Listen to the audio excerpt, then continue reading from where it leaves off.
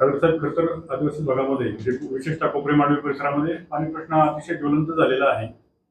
काय आपण आपण मीटिंग बोलवली होती. नाही, आज त्यासाठीच बैठक बोलवली. मी तुम्हा सर्वांचं मनापासून त्यासाठी आभार मानतो की तुमच्या माध्यमातून ही गोष्ट अगदी ठळकपणे समोर जी आली, त्यासाठी ही बैठक बोलवून व्हिडिओना या संदर्भातल्या सूचना दिलेल्या आहेत, तालुका प्रशासनाला सूचना दिलेल्या आहेत की याचा एक रिअल टाईम मॉनिटरिंग. खूपदा असं होतं की टँकर मंजूर असतो, टँकर जातो, पण तो वाड्या वस्त्यांपर्यंत पोहोचत नाही.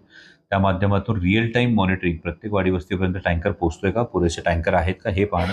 पुढच्या 2 दिवसात इतर जे एकूण टंचाईची जी एकूण मागणी आहे, या मागणी संदर्भातला अहवाल हे BDO साहेब सादर करतील. आणि त्याचबरोबरीनं जे ॲडिशनल प्रस्ताव गेले त्यामध्ये जिल्हा परिषदेच्या CEOशी सुद्धा माझं बोलणं झालं. त्यांना हे प्रस्ताव तातडीनं मंजूर करण्यासाठीची विनंती केली, त्याला त्यांनी होकार दिलेला आहे.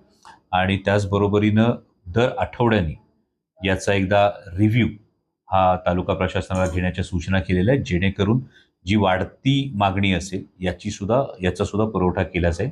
आणि जेईंना त्या सूचना सक्तपणे दिलेल्या आहेत की प्रत्येक ठिकाणी टँकर पोहोचतोय का, पाण्याची उपलब्धता, रेग्युलॅरिटी, या सगळ्या गोष्टी आहेत का, याचं सुद्धा एक रिअल टाईम मॉनिटरिंग केलं जाईल. 50,000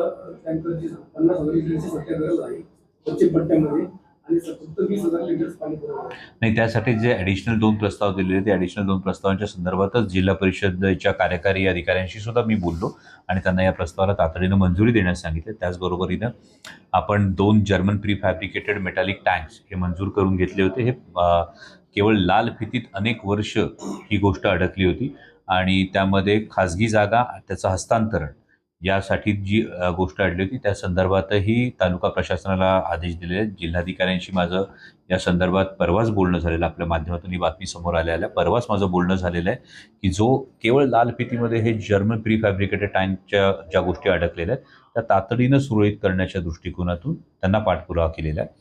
तिसरी महत्त्वाची गोष्ट अशी आहे की या भागाची जी मागणी आहे ही अनेक वर्षांची मागणी आहे. ती तिथल्या MI टँकची मागणी आहे, 50 MCFTच्या MI टँकची जी मागणी आहे.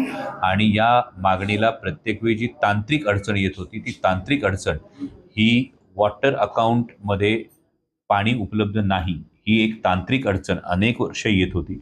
ही तांत्रिक अडचण सोडवण्याच्या दृष्टिकोनातून तुम्ही पाहिलं असेल, पार्लमेंटच्या मागच्या सेशनमध्ये सुद्धा CR पाटील साहेबांबरोबर जेव्हा मी प्रश्नोत्तरांच्या तासामध्ये चर्चा केली होती, तेव्हाही वळण बंधाऱ्यांची आपण मागणी केली होती.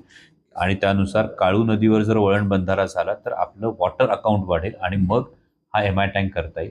त्या पद्धतीनं जलसंपदाच्या अधिकाऱ्यांशी जे माझं बोलणं झालं, इरिगेशनच्या अधिकाऱ्यांशी, तर इरिगेशनच्या अधिकाऱ्यांनी हा प्रस्ताव तयार करायला सुरुवात केलेली आहे आणि अवघ्या काही दिवसामध्ये तो प्रस्ताव तयार होईल. काळू नदीचा प्रस्ताव एकदा आपण मंजूर करून घेतला की वॉटर अकाउंट वाढेल. आणि पुढच्या आठवड्यात माजी आमदार अतुल बेनके आणि मी दोघेही माननीय उपमुख्यमंत्री आणि पुणे जिल्ह्याच्या पालकमंत्री सुनेत्राताई पवार यांची भेट घेऊन मागे आदरणीय अजितदादांनी ज्या गोष्टीला मंजुरी दिली होती, या संपूर्ण MI टँकच्या सर्वेक्षणासाठी खास बाब म्हणून 25 लाख रुपयांच्या DPDCतल्या निधीला जी मंजुरी दिली होती, त्याच्यासाठी आम्ही पुन्हा एकदा सुनेत्रा वहिनींना भेटतो. पण वॉटर अकाउंटमध्ये काळू नदीच्या वळण बंधाऱ्यानंतर वॉटर अकाउंट वाढलं की आपल्याला MI टँकचा हा मार्ग पुढच्या काळात सुकर होईल.